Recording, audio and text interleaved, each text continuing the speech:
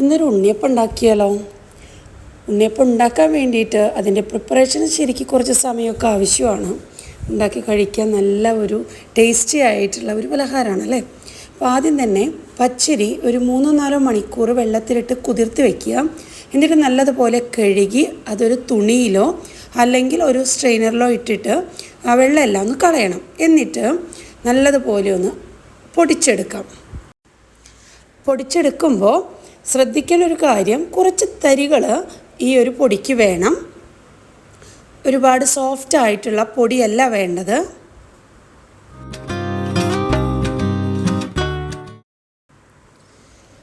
പൊടി പുട്ടുപൊടിയുടെ അത്ര തരി വേണ്ട, എന്നാൽ ഇടിയപ്പത്തിൻ്റെ പൊടിയുടെ പോലെ അത്ര നൈസും അല്ല വേണ്ടത്. അതിൻ്റെ രണ്ടിൻ്റെ ഇടയിൽ നിൽക്കുന്ന പോലെ ചെറിയൊരു തരിയുള്ള രീതിയിലാണ് വേണ്ടത്. ഇതുപോലെ അപ്പം അങ്ങനെ പൊടിയെല്ലാം സെറ്റായിട്ടുണ്ട്. ഒരു പാത്രത്തിലേക്ക് മാറ്റി വെച്ചിട്ടുണ്ട്. ഇനി മിക്സിയുടെ ജാറിലേക്ക് പഴം ഇട്ട് കൊടുക്കാം. ഞാൻ റോബസ്റ്റ പഴമാണ് ഇട്ട് കൊടുത്തത്. ഏത് പഴം വേണമെങ്കിലും ഉപയോഗിക്കാം. റോബസ്റ്റ പഴോ നേന്ത്രപ്പഴോ മൈസൂർ പഴം ഒക്കെ നമുക്ക് അപ്പം ഉണ്ടാക്കാൻ ഉപയോഗിക്കാം. ഇനി ഇതിലേക്ക് ആവശ്യത്തിനുള്ള ശർക്കര കൂടി ചേർത്തിട്ട് നല്ലതുപോലെ ഒന്ന് അരച്ചെടുക്കണം. ശർക്കരയോ ശർക്കരപ്പാനിയോ ചേർത്ത് കൊടുക്കാവുന്നതാണ്. എന്നിട്ട് ഈ പഴത്തിൻ്റെ കൂട്ടും ഈ പൊടി കൂടി നല്ലതുപോലെ ഒന്ന് മിക്സ് ചെയ്തെടുക്കുക.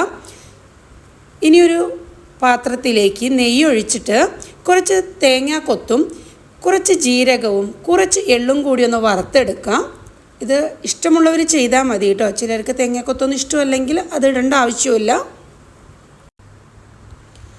എള്ളെല്ലാം ഒന്ന് ചൂടായി വന്നാൽ മതി, പൊട്ടേണ്ട ആവശ്യമൊന്നുമില്ല. ഇത് ചൂടോടെ തന്നെ ഈ മാവിലേക്ക് ഒഴിച്ചു കൊടുത്ത് നല്ലതുപോലെ ഒന്ന് മിക്സ് ചെയ്തെടുക്കാം. അപ്പോൾ ഈ മാവിൻ്റെ കൺസിസ്റ്റൻസി ഒക്കെ കണ്ടില്ലേ, ഈ ഒരു രീതിയിലാണ് വേണ്ടത്. ഒരുപാട് ലൂസാവരുത്, എന്നാൽ ഒരുപാട് കട്ടിയിലും ആവരുത്. നല്ലതുപോലെ ഒന്ന് മിക്സ് ചെയ്തിട്ട് വേണമെങ്കിൽ ഒരു മണിക്കൂർ കൊണ്ട് തന്നെ ഉണ്ടാക്കാവുന്നതാണ്. ഒരു 2-3 മണിക്കൂറോളം നമ്മൾ അടച്ചു വെച്ചിട്ട് ഉണ്ടാക്കുകയാണെങ്കിൽ കൂടുതൽ സോഫ്റ്റായിട്ട് കിട്ടും. സമയത്തിനനുസരിച്ചിട്ടാണ് ഞാൻ ചെയ്യാറ്. ചിലപ്പോൾ 1 മണിക്കൂറോളം ഉണ്ടാക്കാറുണ്ട്, ചിലപ്പോൾ 3-3.5 മണിക്കൂറൊക്കെ വെച്ചിട്ടും അങ്ങനെ ഉണ്ടാക്കാറുണ്ട്. എന്തായാലും നല്ല സോഫ്റ്റ് ആയിട്ടുള്ള ഉണ്ണിയപ്പം നമുക്ക് കിട്ടും. അങ്ങനെ സമയമൊക്കെ ആയി. ഇനി നമുക്ക് ഉണ്ടാക്കാൻ തുടങ്ങാം. കാണുന്നില്ലേ, ഇതേപോലെയാണ് മാവ് വേണ്ടത്. ഇതുപോലെ തന്നെ കഴിക്കാൻ ഈ മാവ് ടേസ്റ്റിയാണ്. എനിക്കൊക്കെ ഭയങ്കര ഇഷ്ടമുള്ളൊരു സാധനമായിരുന്നു ചെറുപ്പക്കാലത്തൊക്കെ. പക്ഷേ പറയാറുണ്ട് ഇങ്ങനെ പച്ചരിയാണ്, വേവിക്കാത്ത അരിയാണ്, വയറുവേദന ഉണ്ടാവുമെന്ന്. അപ്പോൾ ഇനി ഉണ്ടാക്കാം. അതിന് വേണ്ടിയിട്ട് ചട്ടി വെച്ചിട്ടുണ്ട്. നന്നായി ചൂടായതിന് ശേഷം ഇതിലേക്ക് നെയ്യും വെളിച്ചെണ്ണയും കൂടിയും ചേർത്ത് കൊടുക്കാം. ഞാൻ രണ്ടും കൂടിയാണ് ചേർത്ത് കൊടുക്കാറ്.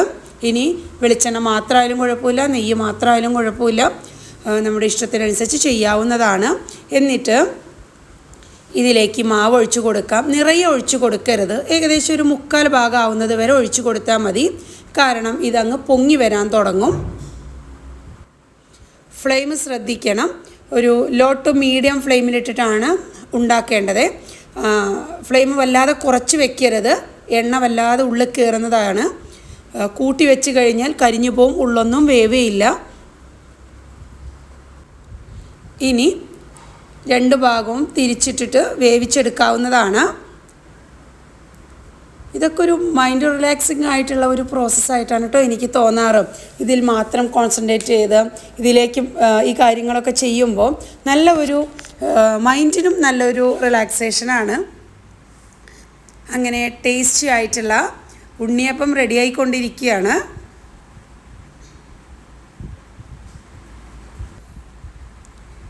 പൊതുവേ അപ്പമൊക്കെ ഉണ്ടാക്കിയിട്ട് ചൂടോടെ കഴിക്കുന്നതിനേക്കാൾ ടേസ്റ്റ് കുറച്ച് ചൂടെല്ലാം പോയതിന് ശേഷം കഴിക്കാനും അല്ലെങ്കിൽ പിറ്റേ ദിവസം കഴിക്കാനൊക്കെ ആയിരിക്കും. നല്ല സോഫ്റ്റായിട്ട് കിട്ടും അപ്പം. അപ്പോൾ ഇഷ്ടപ്പെട്ട് കഴിഞ്ഞാൽ എല്ലാവരും ഒന്ന് ട്രൈ ചെയ്ത് നോക്കൂ. ഇതുവരെ ഉണ്ടാക്കാത്ത രീതിയാണെങ്കിൽ നിങ്ങളിതുപോലെ ഏത് പഴം വേണമെങ്കിലും ഉപയോഗിച്ചിട്ട് നമുക്ക് ഉണ്ടാക്കാവുന്നതാണ്. പെട്ടെന്ന് തന്നെ ഉണ്ടാക്കിയെടുക്കാം. അപ്പോൾ വീണ്ടും കാണാം പുതിയ റെസിപ്പിയുമായി. Bye, thank you. خدت ايه مصر بسكوتك، ما تستخسرش فيها صوتك، بتكتب بكرة بشروطك، دي بشرة خير. قوم نادي عالصعيد.